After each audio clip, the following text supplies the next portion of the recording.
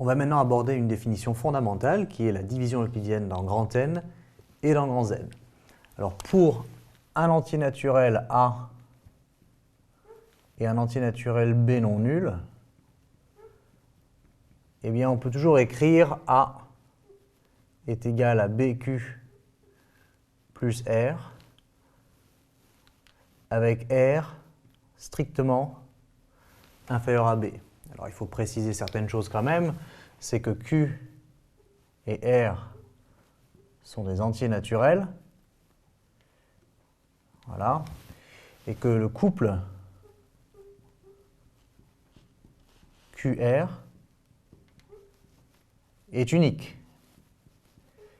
Il n'y en a qu'un seul, et à ce moment-là, si on vérifie en plus que R, le reste ici, est plus petit strictement que B, à ce moment-là, on dit qu'on a fait la division euclidienne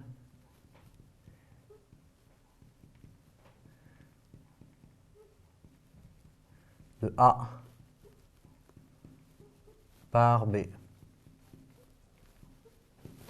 Voilà.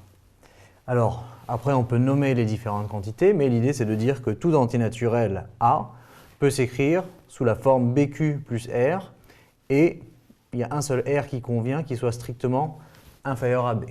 Ce qui rend le couple, effectivement, QR unique.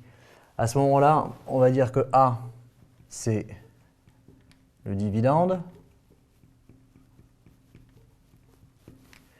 B, le diviseur, Q, le quotient,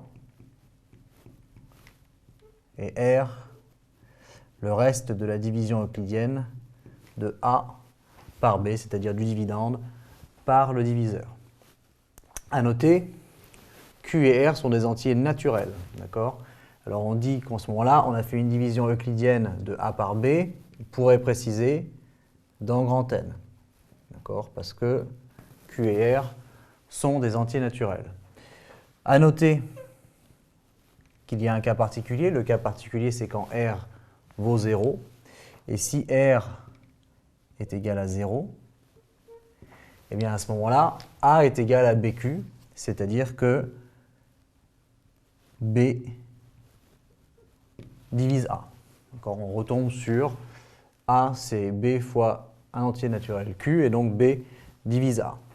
Et une dernière chose à noter également, c'est que si, au lieu d'être un entier naturel, Q est un entier relatif,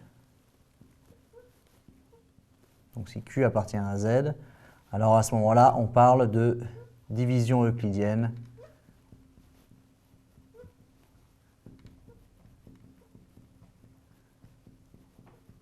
dans grand Z. Évidemment, il y a plus de possibilités, puisqu'à ce moment-là, on accepte a priori que l'on parle de nombres négatifs quand il s'agit de Q, tant que ce sont des entiers. Voilà. Donc c'est la définition de la division euclidienne de A par B. Il faut connaître évidemment le vocabulaire qui va avec. Et surtout, n'oubliez pas cette condition qui est clé. En général, celle-ci, c'est celle qui passe à la trappe. Vous réécrivez bien ça, mais vous oubliez ça. Donc à bien connaître et savoir ces deux cas particuliers. Le premier, B divise A, c'est quand le reste est nul, évidemment. Et on peut parler de division euclidienne dans grand Z. À titre d'exemple, on peut prendre un exemple assez simple.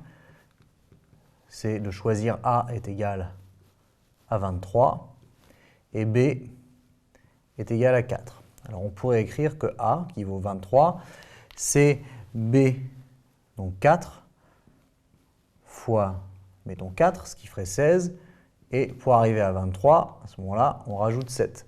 Simplement, ici, on a B, ici, on a R, et ici, R est strictement supérieur à B, donc ça n'est pas acceptable.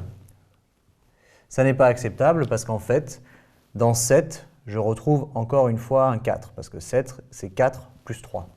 Donc en réalité, c'est 5 fois 4, plus 3.